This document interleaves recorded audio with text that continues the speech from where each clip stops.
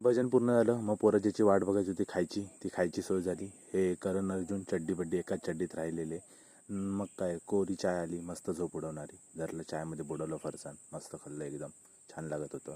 नानाने घेतली फरसाणाची पुडी आणि भरली डायरेक्ट सीधा पिशवीमध्ये. ते सकाळची सोय करत होते. सकाळी या फरसाणाची चव एकदम वेगळीच लागते. म्हणून काय एकदम आनंदाने पोरांचा काय फरसाणाने पोट नाही भरली म्हणून देवाजवळची प्रसाद उतरून खाल्ला नाही. मग आम्ही आलो दुसऱ्या घरात, म्हणजे माझ्याच घरात आलो. ढोलबिळ एकदम ठेवला. सगळे गावकरी पण येतच होते मागून. हे बघा ढोल घेऊन आलेच. मग काय भजन चालू केलं.